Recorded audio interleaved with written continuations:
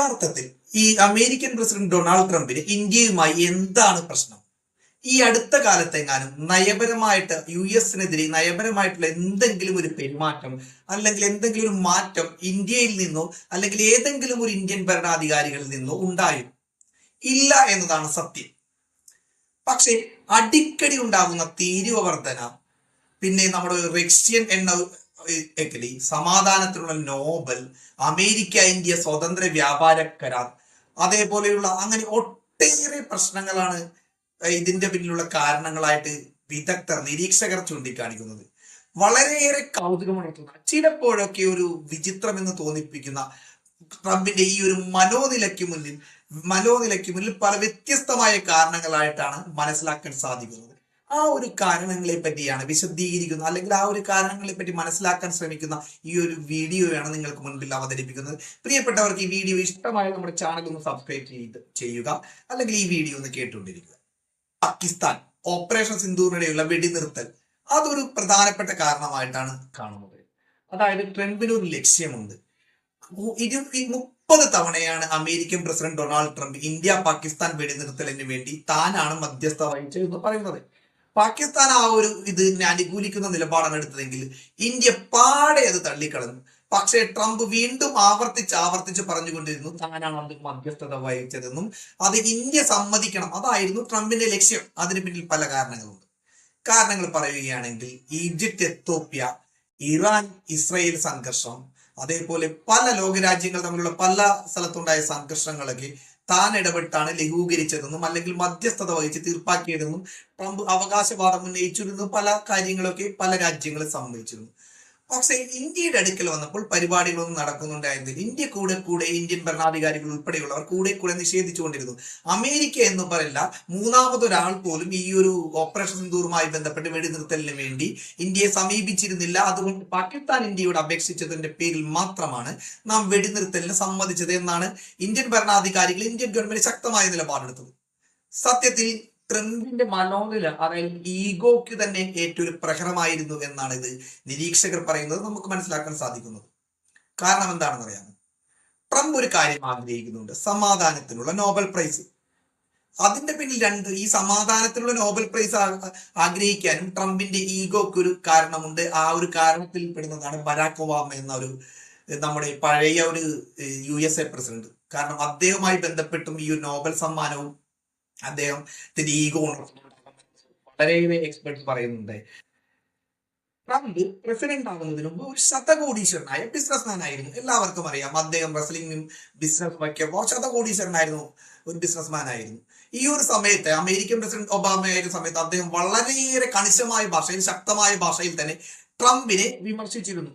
പല കാര്യങ്ങളും വിമർശിച്ചിരുന്നു. ആ ഒരു വിമർശനം ഏറ്റെടുത്ത് അതിനൊരു, ശരിക്കും പറഞ്ഞ ട്രംപ് പ്രസിഡന്റ് പദവിയിലേക്കുള്ള ഒരു ഇന്ധനമാകാൻ തന്നെ ഒബാമയുടെ ആ വിമർശനത്തിന് കഴിഞ്ഞിരുന്നു. അത് ആ വളരെയേറെ ഇമ്പാക്റ്റാണ് ഉണ്ടാക്കിയത്. അതായത് ഭരണസാരഥ്യത്തിൽ ശേഷം 8 മാസത്തിന് ശേഷം നമ്മുടെ ഒബാമയ്ക്ക് സമാധാനത്തിലുള്ള നോബൽ പ്രൈസ് കിട്ടുന്നു. താനും അതിന് അർഹനാണെന്നോ, അല്ലെങ്കിൽ ഒബാമയ്ക്ക് കിട്ടിയത് എന്തുകൊണ്ട് തനിക്കും കിട്ടിക്കൂടാ എന്ന് ട്രംപ് കൃത്യമായും ട്രംപിന്റെ മനോനില ചിന്തിക്കുന്നുണ്ട് എന്നാണ് പല മനഃശാസ്ത്ര വിദഗ്ധരടക്കം പറയുന്നത്. അതായത് നമ്മുടെ എന്താ പറയുക, നയതന്ത്ര വിദഗ്ധർ മാത്രമല്ല, മനഃശാസ്ത്ര വിദഗ്ധർ വരെ പറയുന്നത്. അതായത് ഈഗോ മൂത്ത് എനിക്കും കിട്ടണം, അതിനു വേണ്ടിയുള്ള ശ്രമങ്ങൾ തന്നെയാണ് അദ്ദേഹം ഈ നടത്തിക്കൊണ്ടിരിക്കുന്നത്. അതായത് മറ്റുള്ള രാജ്യങ്ങളൊക്കെ ഏകദേശം നേരത്തെ തന്നെ ഇസ്രായേൽ പ്രധാനമന്ത്രി ബെഞ്ചമിൻ നെതന്യാഹു സമാധാനത്തിലെ നോബൽ പ്രൈസ് ട്രംപിന് കൊടുക്കണമെന്ന ഒരു നിർദ്ദേശവുമായി മുന്നോട്ട് വന്നിരുന്നു. പാകിസ്ഥാൻ അനുകൂല നിലപാടൊക്കെ പറഞ്ഞിരുന്നു. അപ്പോൾ ഈ എത്യോപ്യ, ഈജിപ്ത് തർക്കമൊക്കെ കഴിഞ്ഞു, അല്ലെങ്കിൽ മറ്റു വേറെ പല തർക്കങ്ങളും കഴിഞ്ഞു.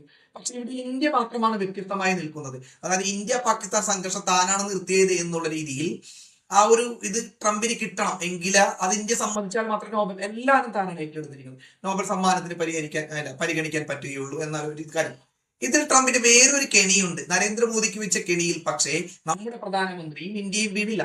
പിന്നെ അതേസമയം റഷ്യ-യുക്രൈൻ യുദ്ധവും ഇയാൾ നിർത്താൻ നോക്കുന്നുണ്ട്. അവസാനം 50 ദിവസം യൂറോപ്യൻ യൂണിയൻ, അമേരിക്ക അടക്കമുള്ള പലരും ഉപരോധം ഏർപ്പെടുത്തി. പക്ഷേ റഷ്യ യുദ്ധം നിർത്തുന്ന മട്ടൊന്നുമില്ല. അതായത് ട്രംപിന്റെ മധ്യസ്ഥത അവർ സ്വീകരിക്കുമെന്നില്ല. ഏകദേശം ഇപ്പോൾ കണ്ടില്ലേ, ലാസ്റ്റ് അവസാനമായി 50 ദിവസം കൊടുത്തിരുന്നത്, യുദ്ധം നിർത്തിയില്ലെങ്കിൽ 50 ദിവസം അല്ലെങ്കിൽ തീവ്രമായ തീരുവ അല്ലെങ്കിൽ ഉപരോധമൊക്കെ റഷ്യക്കെതിരെ ഏർപ്പെടുത്തുമെന്ന് ട്രംപ് പറയുന്നുണ്ടായിരുന്നു. പക്ഷേ അതിപ്പോൾ 10 തുടങ്ങി 12 ദിവസത്തിനുള്ളിൽ നിർത്തണമെന്ന് അന്ത്യശാസനം കൊടുത്തിരിക്കുകയാണ് ട്രംപ്. അല്ലെങ്കിൽ കനത്ത വില കൊടുക്കേണ്ടി വരും. യുദ്ധത്തിനൊന്നും പോകില്ല റഷ്യനായിട്ട്, അതിനുള്ള ഇതൊന്നുമില്ല. പക്ഷേ കൃത്യമായ ഉപരോധങ്ങളിലൂടെ റഷ്യ ഇനിയും വലയ്ക്കുമെന്നാണ് ട്രംപ് പറയുന്നത്. അപ്പോൾ റഷ്യയിൽ നിന്ന് എണ്ണ വാങ്ങിച്ചു കഴിഞ്ഞാൽ റഷ്യക്ക് വരുമാനം കിട്ടും. എണ്ണ മറ്റുള്ള രാജ്യങ്ങൾ വാങ്ങിച്ചു കഴിഞ്ഞാൽ വരുമാനം കിട്ടും. അപ്പോൾ ഇന്ത്യക്ക് താരിഫ് ഏർപ്പെടുത്തിയാൽ റഷ്യയിൽ നിന്നുള്ള അവർ എണ്ണ വാങ്ങൽ ഇന്ത്യ നിർത്തും. അതായത് പ്രഷർ ചെയ്ത് ഇന്ത്യയെ വരുതിയിലാക്കി കഴിഞ്ഞു കഴിഞ്ഞാൽ റഷ്യയുമായിട്ടുള്ള ബന്ധങ്ങൾ ഇന്ത്യ അവസാനിപ്പിക്കണം. റഷ്യയുടെ ശോഷണം അമേരിക്ക ആഗ്രഹിക്കുന്നു. ആ ഒരു ശോഷണം സംഭവിക്കുകയും റഷ്യ അമേരിക്കയുടെ വരുതിക്ക് നിൽക്കുകയും ചെയ്യും. അതോടുകൂടി റഷ്യയുടെ യുക്രൈൻ വാർ നിർത്തിക്കൊണ്ട് ഈ നോബൽ സമ്മാനം ഇദ്ദേഹത്തിന് അടിച്ചെടുക്കാമെന്ന പറയുന്നത്. അത് മാത്രമല്ല, അതിന്റെ ഒപ്പം തന്നെ റഷ്യക്ക് ഇട്ടുള്ളൊരു പണിയും കൂടി ഉദ്ദേശിക്കുന്നുണ്ട്. അതിനായി മോദി ചെയ്തു വെച്ച വേറൊരു പണിയുണ്ട്. G7 ഉച്ചകോടി, കാനഡയിൽ നടന്ന G7 ഉച്ചകോടിയുടെ സമയത്ത് ട്രംപ് തന്റെ ഷെഡ്യൂൾ ഇത്ര ദിവസം കാനഡയിൽ ഉണ്ടാവുമെന്ന് പറയുന്നത്. പക്ഷെ ഷെഡ്യൂൾ സന്ദർശനം വെട്ടിക്കുറച്ചുകൊണ്ട് എമർജൻസിയായി US പോയി. US പോയിട്ട് അദ്ദേഹം ഒരു കാര്യം ചെയ്തു. അത് നിങ്ങൾക്കറിയാമോ? കാര്യം ഇതാണ്. അതായത് ഇന്ത്യൻ പ്രസിഡന്റ് നരേന്ദ്രമോദിയെ US ക്ഷണിച്ചു. പക്ഷേ സ്നേഹപൂർവ്വം നരേന്ദ്രമോദി അത് നിരസിച്ചു മാത്രമല്ല, ഫോണിലൂടെ മാത്രം സംസാരിച്ചു. എന്താണെന്ന് അറിയാമോ ഇയാളൊരു കെണി എന്ന് മനസ്സിലാക്കാൻ സാധിക്കുന്നത്? ആ ഒരു സമയത്ത് പാകിസ്ഥാന്റെ സൈനിക മേധാവിയും നയതന്ത്ര പ്രതിനിധികളും ഒക്കെ അവിടെ ഉണ്ടായിരുന്നു. അപ്പൊ നരേന്ദ്രമോദി എങ്ങനെ അവിടെ ചെന്ന് കഴിഞ്ഞാൽ നരേന്ദ്രമോദിയെയും നമ്മുടെ ബഹുമാനപ്പെട്ട പ്രധാനമന്ത്രി നരേന്ദ്രമോദിയെയും കൂട്ടിച്ചേർത്തുകൊണ്ട് ഒരു മുറിയിലിരുത്തി താൻ മധ്യസ്ഥത വഹിപ്പിച്ചു എന്ന് മറ്റുള്ള രാജ്യങ്ങളുടെ മുൻപിൽ തെളിയിക്കാൻ ഇദ്ദേഹത്തിന് സാധിക്കും. അതായത് ഡൊണാൾഡ് ട്രംപിന് സാധിക്കും. പക്ഷേ മോദി ആ കെണിയിൽ വീണില്ല. മോദി തിരിച്ച് നേരെ പോകുന്നു. അത് മാത്രമല്ല, നേരെ ഇന്ത്യയിലേക്ക് പോകുന്നു. അത് മാത്രമല്ല, അദ്ദേഹം ഫോണിലൂടെയാണ് സംസാരിച്ചത്.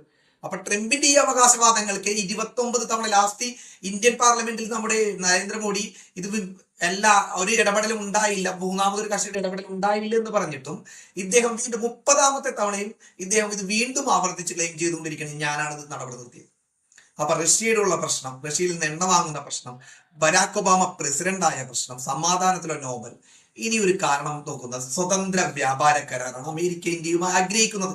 പക്ഷെ ഇന്ത്യ ചർച്ച ട്രംപ് ആഗ്രഹിക്കുന്നത് പോലെ ഈ ഭയങ്കര ലിബറലായ, അതായത് അമേരിക്കൻ എന്താ പറയുന്നത് ഉൽപ്പന്നങ്ങൾക്ക് ഇന്ത്യയിൽ വളരെയേറെ ഗുണം കിട്ടുന്ന ഒരു പരിപാടിയായിരിക്കണം ഈ വ്യാപാര കരാറിലൂടെ ഇന്ത്യ ഒപ്പിടണം. അതായത് നമ്മൾ ഫുള്ള് കീഴടങ്ങാവുന്നത് പ്രധാനമായിട്ട് കാർഷിക ഉൽപ്പന്നങ്ങളുമായി ബന്ധപ്പെട്ട് കാർഷിക സംബന്ധമായ കുറെ കാര്യങ്ങളാണ്. പക്ഷേ അത് ഇന്ത്യയിലെ ചെറുകിട കർഷകർക്കും ഗ്രാമത്തിൽ കൃഷി ചെയ്യുന്ന കർഷകർക്കും അതായത് വളരെയേറെ ദോഷണം ചെയ്യും. അവർക്കൊരു ശോഷണം സംഭവിക്കും. അവരുടെ ഉൽപ്പന്നങ്ങൾ അതായത് വില കിട്ടുകയില്ല, അല്ലെങ്കിൽ തന്നെ അവരുടെ ഉൽപ്പന്നങ്ങൾ ഭയങ്കര ഒരു പ്രശ്നം സൃഷ്ടിക്കും. അത് ഒരു സാമ്പത്തിക മാന്ദ്യത്തിലേക്ക് അല്ലെങ്കിൽ ഒരു സാമ്പത്തിക അസന്തുലിതാവസ്ഥയിലേക്ക് ഇന്ത്യയെ തള്ളിവിടും എന്നാണ് നിരീക്ഷകരും വിദഗ്ധരൊക്കെ അഭിപ്രായപ്പെടുന്നത്. സത്യവുമാണെന്നാണ് തോന്നുന്നത്, മനസ്സിലാക്കാൻ സാധിക്കുന്നത്. പക്ഷെ ഇന്ത്യ ഒരു സ്വതന്ത്ര, അമേരിക്കയ്ക്ക് കൂടുതൽ അതായത് ഒരു ലിബറൽ ആയിട്ടുള്ള അമേരിക്കയ്ക്ക് എല്ലാ കാര്യവും വിട്ടുകൊടുക്കുന്ന ഒരു സ്വാതന്ത്ര്യ വ്യാപാരക്കാരാണ് ഇന്ത്യയിൽ ഒരുക്കമല്ല. പകരം രണ്ടുപേർക്കും സെയിം ഒരേപോലെ തന്നെ ഉപകാരം കിട്ടുന്നതും അതായത് തോളോട് തിരഞ്ഞെടുക്കുന്നത് ഒരേ റെസ്പെക്ട് കിട്ടുന്നതുമായ വ്യാപാര കരാറാണ് ഇന്ത്യ ഉദ്ദേശിക്കുന്നത്. പക്ഷേ ആ ഒരു വ്യാപാര കരാറിലെ ചില കാര്യങ്ങൾക്ക് റെസ്ട്രിക്ഷൻസ് ഒക്കെ നീക്കണമെന്നാണ് ട്രംപിന്റെ വാദം. അത് നടക്കില്ല എന്ന് ശക്തമായി തന്നെ ഇന്ത്യ പറഞ്ഞിട്ടുണ്ട്. ഇതൊക്കെ തന്നെയാണ് ട്രംപിനെ ചൊടിപ്പിക്കുന്നത്. എത്രയായാലും ഈ 2ാം വരവിലെങ്കിലും സമാധാനത്തിലെ നോബൽ സമ്മാനം അടിച്ചെടുക്കണം, ഇന്ത്യയെ വരുതിയിലാക്കാൻ സാധിക്കുമോ? അങ്ങനെ ഇന്ത്യൻ ഭരണാധികാരികൾ അത്തരത്തിലൊരു രീതിയിൽ ഒരിക്കലും ഏർപ്പെടാൻ സാധ്യതയില്ല. അപ്പോ ഇതൊക്കെയാണ് ഇതിന് പിന്നിലെ കാരണമെന്നാണ് നിരീക്ഷകരും നയതന്ത്ര വിദഗ്ധർ ഒക്കെ സൂചിപ്പിക്കുന്നത്. ചിന്തിച്ചപ്പോൾ എനിക്കും കൃത്യമായ കാര്യങ്ങളാണ് തോന്നി, അല്ലാതെ വേറെ ഒന്നുമല്ല. ട്രംപിന്റെ ചില കാര്യങ്ങൾ കണ്ടിട്ടില്ലേ, ചില സമയത്ത് അദ്ദേഹത്തിന്റെ ഒരു സ്ട്രാറ്റജി ആണോന്നോ അല്ലെങ്കിൽ മണ്ടത്തരം പറയുകയാണോന്നോ നമുക്കൊന്നും മനസ്സിലാക്കാൻ സാധിക്കുന്നില്ല. പക്ഷെ ഇതിന്റെ പിന്നിലൊക്കെ ഒരുപാട് നയതന്ത്ര പ്രതിനിധികളുടെയും എക്സ്പേർട്സിന്റെയും ഇവര് വിദേശകാര്യ സെക്രട്ടറിയുടെ ഒക്കെ ബുദ്ധി ഇതിന്റെ പിന്നിലുണ്ട്.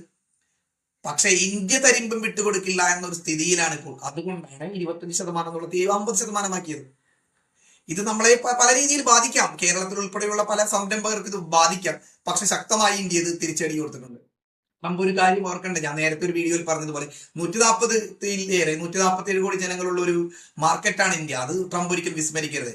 ഇന്ത്യക്ക് മാത്രമല്ല, ട്രംപ് ഒരുപാട് തിരിച്ചടികൾ അമേരിക്കയ്ക്കും ഉണ്ടാകും. ഇപ്പോൾ ആയുധങ്ങൾ വാങ്ങാൻ, അത് ആംഡ് വെഹിക്കിൾ വാങ്ങാനും, പിന്നെ എന്താ പറയണത്, ഹെലികോപ്റ്റേഴ്സ് എന്തൊക്കെ വാങ്ങാനും, പിന്നെ ജാവലിൻ എന്ന് പറയുന്ന ഒരു ഇതുണ്ട്, ആന്റി ടാങ്ക് മിസൈൽ, അതായത് യുക്രൈൻ റഷ്യക്കെതിരെ ഉപയോഗിച്ച ഫലപ്രദമായ സാധനമൊക്കെയാണെന്നാണ് പറയുന്നത്. ആ സാധനമാണെന്ന് തോന്നുന്നു, എന്റെ ഓർമ്മ ശരിയാണ് കഥ. അത് വാങ്ങാനുള്ള ഒരു കരാറൊക്കെ ആയിട്ട് ബന്ധപ്പെട്ട് മുന്നോട്ട് പോകുന്നുണ്ടായിരുന്നു. ലോകത്തിലെ ഏറ്റവും കൂടുതൽ ആയുധ കയറ്റുമതിയിലൂടെ പണം സമ്പാദിക്കുന്ന രാജ്യം അമേരിക്ക തന്നെയാണ്. ഇവരുടെ അഹങ്കാരത്തിന്റെ മെയിൻ കാര്യം ലോക വിപണിയിൽ എല്ലാ മൂല്യങ്ങളും കണക്കാക്കപ്പെടുന്നത് ആശയവിനിമയം അല്ല മറ്റേ പൈസയായിട്ടുള്ള മൂല്യങ്ങളിലെല്ലാം വിനിമയം നടക്കുന്ന ഡോളറിലാണ് എന്നുള്ള ആ ഒരു കാര്യം തന്നെയാണ് ഇവരുടെ സ്ഥിരത. ആ ഒരു സംഭവം അസ്ഥിരപ്പെട്ടു പോയാൽ ട്രംപിന്റെ ഒക്കെ പണി കഴിയും. ഏതായാലും ഇത്തരം കാര്യങ്ങളായിട്ടാണ് എനിക്ക് തോന്നുന്നത്. നിങ്ങളുടെ അഭിപ്രായം തീർച്ചയായും നിങ്ങൾ കമന്റ് ബോക്സിൽ രേഖപ്പെടുത്തണേ. കാരണം എനിക്ക് ചിന്തിച്ചപ്പോൾ തോന്നുന്നതും വായനയുടെ മനസ്സിലായതും ഇത്തരം കാര്യങ്ങളാണ്.